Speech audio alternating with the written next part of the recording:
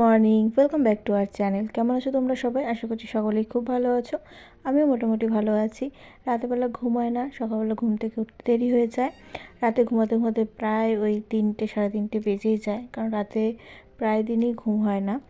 আর প্রচণ্ড পরিমাণে কোমরে যন্ত্রণা করে, পায়ে ব্যথা করে, তো সেই কারণে আরও বেশি ঘুম হয় না। যাই হোক, আজকের বাইরের ওয়েদারটা দেখো, পুরো মেঘলা মেঘলা ওয়েদার, ভোরবেলা থেকে বৃষ্টি হচ্ছে। তো ঘুম থেকে উঠেই প্রথমে ফ্রেশ হয়ে চলে এসেছি, একেবারে ব্রাশ করে মুখ টুক ফ্রেশ ওয়াশ করে চলে এসেছি। এখন একটুখানি ক্রিম মেখে নিলাম।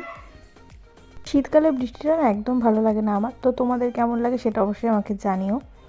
বর্ষাকালের বৃষ্টিটাই আমার ভালো লাগে, আর শীতকালে তো দূরেই থাক। যাই হোক, তো এখন হচ্ছে বেডটা ক্লিন করব। আর সকালবেলায় মার সমস্ত কাজবাজ হয়ে গেছে, শুধু আমার ঘরের কাজগুলো রয়েছে, যেমন বেড ক্লিন করা, ঘর ঝাড় দেওয়া, মোছা।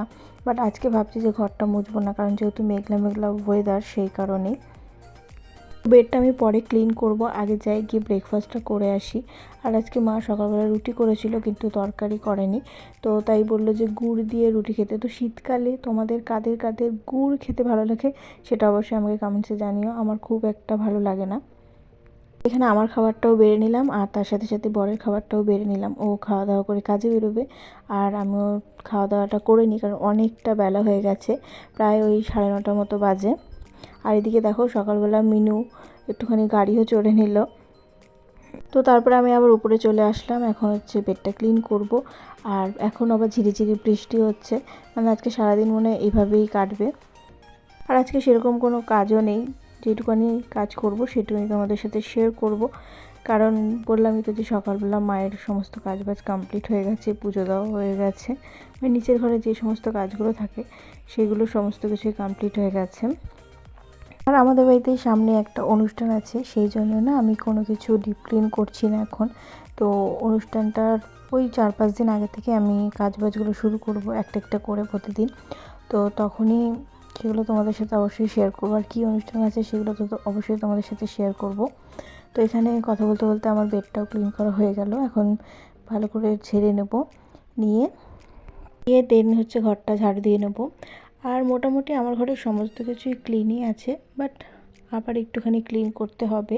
তো সেই কারণে একটুখানি ল্যাদ খাচ্ছি, ভাবছি যে অনুষ্ঠানটা যখন হবে তার 2-3 দিন আগেই সমস্ত কিছু একটু ক্লিন করে নিলেই হয়ে যাবে। তোমরা কারা কারা আমার ভিডিও কোথা থেকে দেখছো অবশ্যই কমেন্টসে জানিও, তাহলে অবশ্যই ভালো লাগবে আমার। তো এখন কিন্তু আমি তোমাদের সাথে ডেলি ব্লগই ছোটো ছোটো করে শেয়ার করছি, প্রতিদিনের কি করছি না করছি।